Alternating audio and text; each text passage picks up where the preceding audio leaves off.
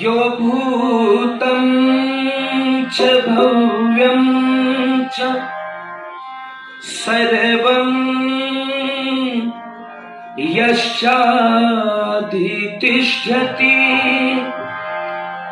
स्वर्यस्य च केवलं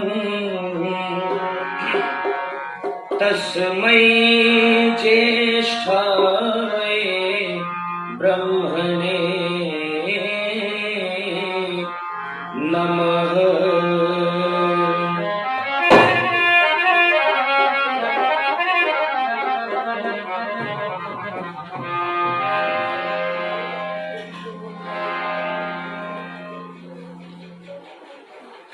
जग में जननी जब बाल भई, तब एक रही सुधि भोजन की। तन में तरुणाई जब प्रकटी, तब प्रीति बढ़ी तरुणी तन की। जब वृद्ध भयो धन की तृष्णा, जब वृद्ध भयो धन की तृष्णा, सब लोग कहें सन की पर शांति नहीं मिलियो कब हो। रही अंत समय मन में मन की, ओ पर शांति नहीं मिलियो कब हो।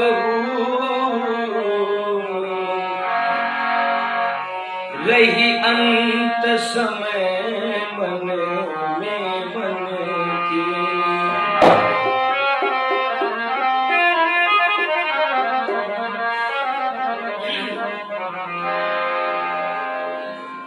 देखिए, जो नीचे बैठने में असमर्थ हैं भाई, वो तो बेशक कुर्सियों पे बैठ जाएं, क्योंकि आगे जो खाली जगह पड़ी है ये अच्छी नहीं लग रही है। जो नहीं बैठ पाते नीचे, उनके लिए मजबूरी है वो कुर्सियों पे रहें, परेशान ना हो। जो आसानी से नीचे बैठ सकते हैं, निवेदन है अपना स्थान ले आए, बैठें और एक रूप बनाएं सभा का, सत्संग का, ताकि सुनाने वाले वक्ताओं का भी मनोबल बढ़े, उनको भी आनंद आए। ओम ओम।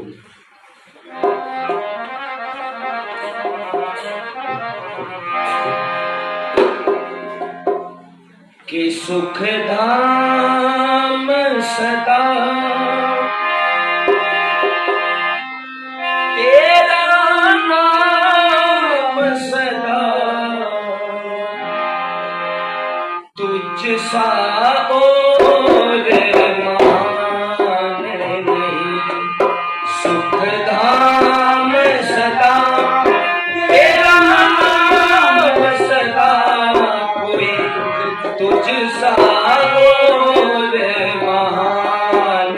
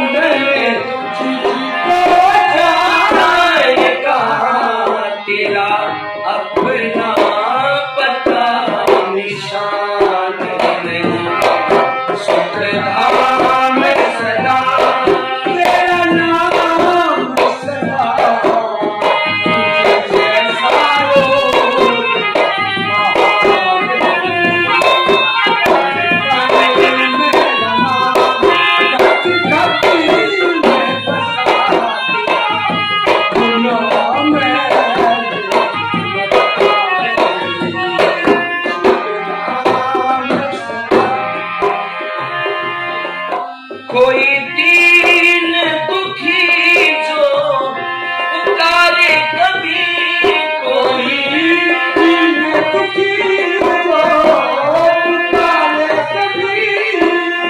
सुनता है प्रभु सदा उनकी, सुनता है प्रभु सदा उनकी।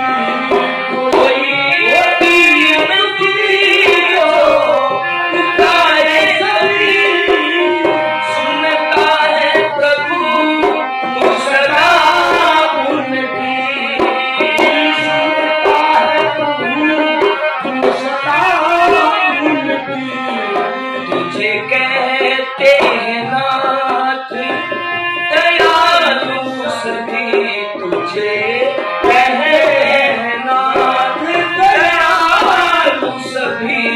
कोई तुझ सा है दयावान नहीं, सुख धाम सदा तेरा नाम सदा।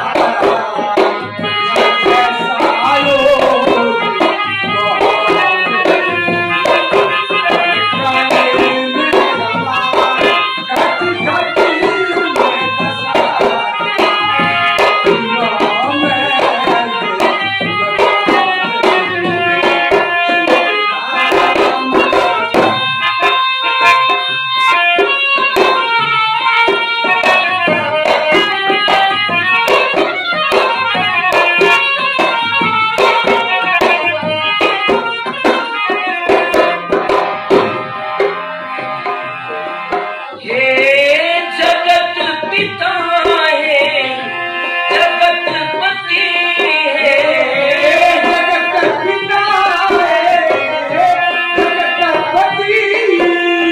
कोई जान सका न तुम्हारी गति, कोई जान सका न तुम्हारी गति। ये जगत पिता कोई जान सका तुम्हारी गति, कोई जान सका तुम्हारी गति। क्या साधु सती, क्या योगी यति, क्या साधु सती, क्या योगी यति। कोई तू जा तेरे समान नहीं, सुख धाम सदा तेरा नाम सदा। कोई तुझ सा योद महान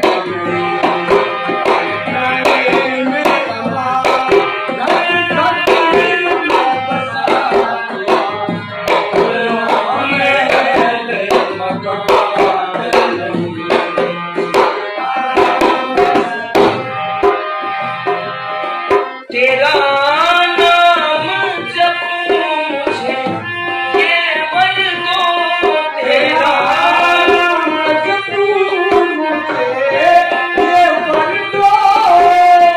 बेमोल की अब झोली भर दो, बेमोल की अब झोली भर दो। तेरा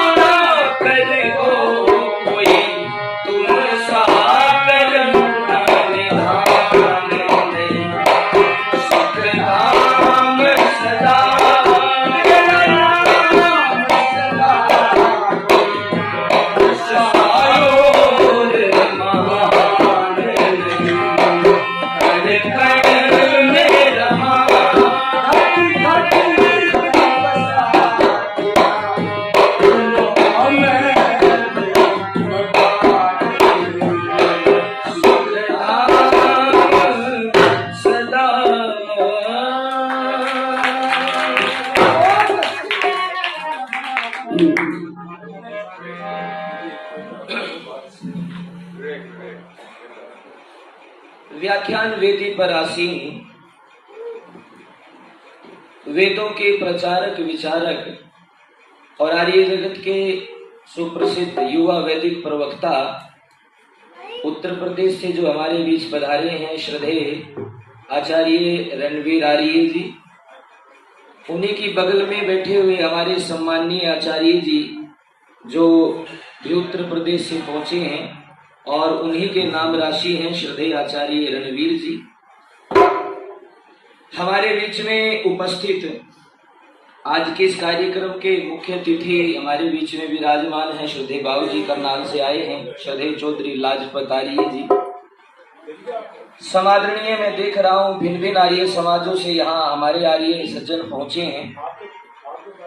करनाल से ही हमारे श्रद्धेय श्री सुभाष आर्य जी, आर्य समाज दादूपुर रोडान से रमेश आर्य जी, और अपने इस गुरुकुल के जो संरक्षक के रूप में सहयोग करते हैं और आर्य समाज शामली के प्रधान भी हैं श्री रामकिशन आर्य जी, उनके सहयोगी जगमाल जी मंच को बड़े अच्छे ढंग से संचालित भी कर रहे हैं और सब व्यवस्थाओं को भली भांति जिनकी देखरेख में जो चल रही है व्यवस्थाएं आदरणीय श्री भोपाल आर्य जी, इस गुरुकुल को जो अपने जीवन के कीमती क्षणों का दान दे करके इन ब्रह्मचारियों के जीवन का चरित्र निर्माण कर रही हैं, गुरुकुल की आदरणीय आचार्य डॉक्टर सुधा आर्य जी, उनका समस्त गुरुकुल परिवार, मेरा सहयोग कर रहे महेंद्र सिंह जी और भी जिन सभी सज्जनों के नामों से मैं परिचित नहीं हूँ, बाहर से पहुंचे हुए सभी आर्य भद्र पुरुषों, प्रिय बंधुओं, वंदनीय मातृशक्ति और प्यारे बच्चों, आइए 3 दिन का ये वार्षिक उत्सव अपने इस वृद्धि आर्ष विद्यापीठ गुरुकुल के सौजन्य से प्रथम वार्षिक उत्सव के रूप में मनाया जा रहा है और पिछले 2 दिनों से लगातार विद्वानों के द्वारा यहाँ वेदोक्त चर्चाएं चली हुई हैं। आज इसका समापन कार्यक्रम है। ये अपना जो गुरुकुल है माताओं सज्जनों अभी बिल्कुल नया एक छोटे से पौधे के रूप में रोपित हुआ है। बहन जी ने मुझे बताया कि लगभग 5 ही महीने अभी इस गुरुकुल को स्थापित हुए हैं और हमने अभी वार्षिक उत्सव इसका ये इसीलिए किया कि लोगों को जानकारी मिले कि हमारे यहाँ एक अच्छा गुरुकुल बन करके तैयार हो चुका है, ताकि लोग परिचय पाएं तो ज्यादा से ज्यादा प्रचार करके बच्चों को प्रेरित करें, माता पिता को प्रेरित करें, वो अपने बच्चों को यहाँ भेजें और इन बच्चों को जो है सिद्धांत की, धर्म की, कर्म की, वेदों की चर्चाएं, वेदों की शिक्षा दीक्षा यहाँ दी जाए, ताकि ये जब समाज में निकले, कार्य क्षेत्र में उतरे तो ये मात्र केवल एक अध्यापक, एक शिक्षक, एक नेता, एक वक्ता ना हो, बल्कि उससे पहले ये नैतिक और अनैतिक का अंतर ढूंढने वाले सच्चे इंसान बन जाएं। क्योंकि आर्य समाज और वेद के जलसों में माताओं सज्जनों इंसान को इंसान बनने की प्रेरणा ही दी जाती है। तो इस गुरुकुल का जो है के लिए मैं अपनी ओर से शुभकामनाएं प्रेषित करता हूं कि परमात्मा बहुत जल्दी इसको प्रसिद्धि दे और यहाँ पर जो है बच्चों की संख्या बढ़े, ज्यादा से ज्यादा प्रचार ऋषि के सिद्धांतों का इस गुरुकुल रूपी मंदिर से फैले। तो आओ माताओं सज्जनों, लगातार 3 दिन से हम भजनों के द्वारा, उपदेशों के द्वारा यहाँ आए हुए श्रोताओं का मार्गदर्शन कर रहे हैं। आओ इस अंतिम सत्र में जो समय मिला है उसके अंदर 1-2 गीत और आपके बीच में रखूं। अभी एक सुंदर से गीत के द्वारा मैंने अपने कार्यक्रम को शुरू किया। सुख धाम सदा तेरा नाम सदा, कोई तुझसा और महान नहीं, कण कण में रमा घट घट में बसा, पर अपना महल मकान नहीं। जिस परमात्मा को सारी दुनिया ढूंढने के लिए चक्कर खा रही है, माताओं सज्जनों, उस परमात्मा को पाने का सच्चा रास्ता वेद बताता है। क्योंकि जो लोग उस भगवान को यहाँ वहां बाहर ढूंढ रहे हैं, वेद कहता है कि वो एक देशी नहीं, उसको मंदिर में ढूंढे, गिरजे में ढूंढे, मस्जिद में ढूंढ रहे हैं, मूर्तियों में ढूंढ रहे हैं, वो एक देशी ना होकर के कण कण में रहने वाला है। और वेद कहता है उसकी कोई प्रतिमा भी नहीं है, न तस्य प्रतिमा अस्ति यस्य नाम महदश, अर्थात वो परमात्मा महान है, कण कण में रहता है, लेकिन उसको पाने के लिए पूरा का पूरा जग भ्रमित है, जो वेद के रास्ते से अनभिज्ञ है, जो वेद के रास्ते से भटके हुए हैं। वो रहता कहाँ है जी? तो एक पंजाबी के शायर ने कहा, देखो संसार उसने बनाया और उसी में मिलना है, हमारा अंतिम छोर वो ईश्वर है, तो हमें उस अंतिम ठिकाने को ही अच्छे ढंग से प्राप्त करने के लिए काम करना चाहिए। और एक पंजाबी के शायर ने तो इस बात की पुष्टि कर दी। वो लिखता है कि दुनिया में आपको तरह तरह के नुस्खे बताने वाले वैद्य डॉक्टर बहुत मिल जाएंगे, फ्री की सलाह देने वाले भी बहुत लोग मिल जाएंगे, लेकिन संसार में एक ही नुस्खा ऐसा है। ये नुस्खे तो एक दो रोगों को काटेंगे, क्योंकि जिस रोग का जो नुस्खा है उसी की निवृत्ति कर सकता है, लेकिन संसार की संपूर्ण बीमारियों को, संसार की सभी ऐषणाओं को, विषय वासनाओं को, और माताओं सदनों ये कह दूं कोई अतिशोक्ति नहीं होगी कि इस दुनिया के जन्म जन्मांतर के इस मृत्यु रूपी बंधन को काटने की अगर कोई औषधि, कोई दवाई है, तो पंजाबी का वो शायर कहता है कि वो केवल एक ही है, और उसको ठोर भी कह सकते हैं। वो कौन है? तो उसने लिखा कि इक नुक्ते ते गल मुक्ति। बहुत नुक्ते बताने वाले लोग मिलेंगे। इक नुक्ते ते गल मुक्ति, नुक्ता फड़ छोड़ किताबां नू दे फूक किताब हिसाबां नू, बस एक नुक्ते ते गल मुक्ति है, और उस नुक्ते का नाम है परम पिता परमात्मा की शरण। महर्षि दयानंद सरस्वती जी से किसी ने पूछा कि आप बड़ा परमात्मा परमात्मा करते हैं गुरुजी, ये तो बताओ कि भक्ति से होता क्या है, क्या कोई परिवर्तन आता है?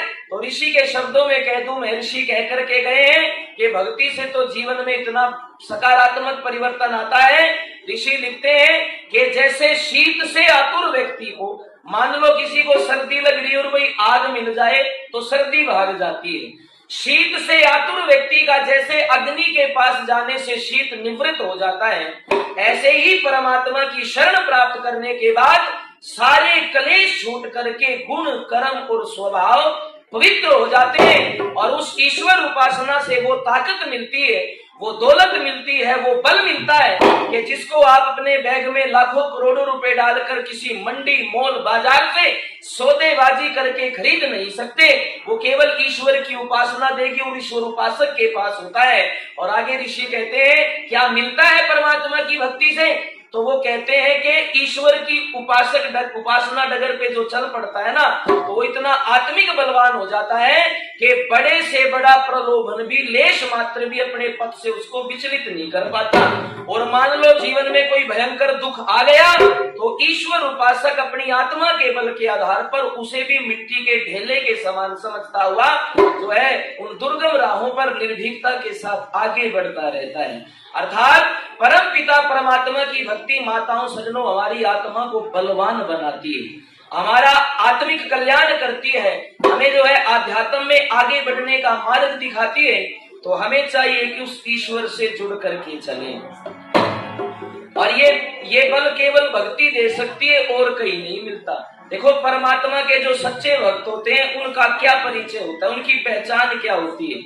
कई बार हम एक दृष्टांत सुनाया करते हैं, कहते हैं कि महात्मा जी जंगल बियाबान में अपनी कुटिया पे रहते थे, बड़े पहुंचे हुए तपस्वी योगी साधु थे, दैनिक संध्या हवन वेदों का स्वाध्याय उनकी कुटिया की दिनचर्या का अंग था। तो एक राजा का अचानक उनकी कुटिया पे आगमन हो गया। राजा ने बैठ करके परिचर्चा की, तो कहते हैं इतना प्रभावित उस योगी साधु से हुआ राजा से रहा नहीं गया, निवेदन कर बैठा। कहता है महात्मा जी आप जैसे वेदों के विद्वान योगी महात्मा के लिए ये जंगल उचित नहीं है मेरी नजरों में, क्योंकि आप कुटिया में रहते हो, रहने को ठीक प्रकार का छत रूपी मकान आपके पास नहीं, भोजन की व्यवस्थाओं में परेशानी होती होगी, दुनिया भर के जंगली जानवरों का डर आपको बना रहता होगा। तो मेरा एक निवेदन है कि जंगल बियाबान की कुटिया को छोड़ो, क्योंकि हीरे की कदर जो है जोहरी जानता है।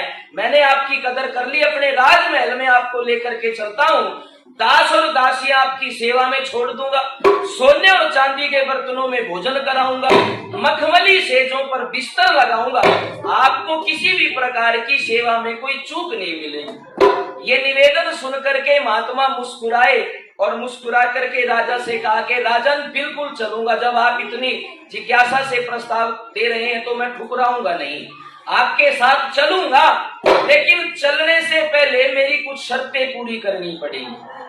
राजा ने कहा महाराज आप बात तो देखो किससे कर रहे हो, राजा से कर रहे हो, राजा के लिए कोई शर्त का कोई मायना है, कोई मतलब है, आप बोलो इस हाथ कहोगे उस हाथ पूरी हो जाएगी। तो महात्मा ने कहा तो सुनो राजा बड़े ध्यान से सुनना, सोच समझ के उत्तर देना, 3 शर्तें हैं मेरी, इन शर्तों को पूरा करोगे तो चलूंगा। बताओ जी क्या शर्त है? पहली शर्त ये है कि मैं आपके साथ ही शर्त पे चलूंगा कि मैं तो भोजन खाऊंगा, आप कभी भोजन नहीं खाओगे। ये शर्त सुन के राजा का माथा ठनका, भाई बड़ी खतरनाक शर्त सुना दी। यदि भोजन ही नहीं करूंगा तो थोड़े दिन के बाद मृत्यु आ जाएगी, मरी जलूंगा मैं तो। कहने लगे महाराज बड़ी टेढ़ी शर्तें पूछते हो, चलो लगे आप अगली भी बता दो।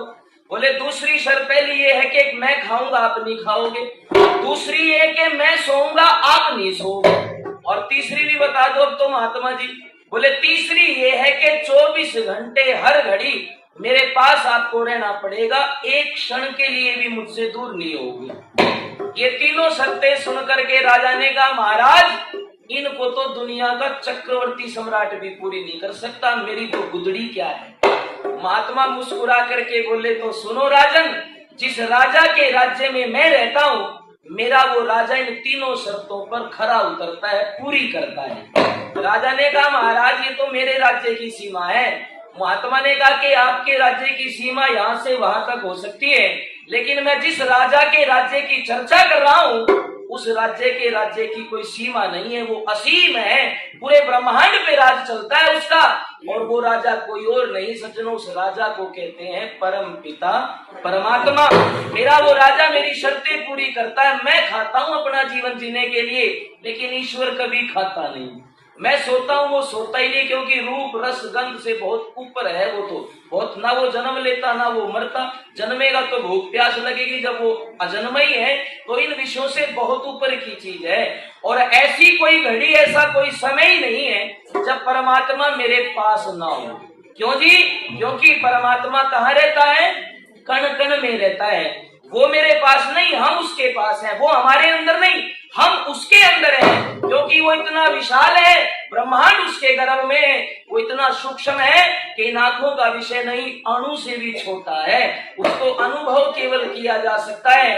तो माताओं सज्जनों, ईश्वर भक्ति आत्मा को बलवान बना देती है। और जिस ईश्वर भक्ति का सच्चा मार्ग हमें जिस सन्यासी ने दिखाया, महर्षि दयानंद सरस्वती, माताओं सज्जनों, जब वो इस भारत भूमि पर जब उनका पदार्पण हुआ, इस भारत भूमि नामक रंगमंच पर जब वो नायक उतरा, तो उसने यहाँ इतनी विकृतियां इतनी बुराइयां देखी कि लोगों ने धर्म को पाप का अड्डा बनाया हुआ था।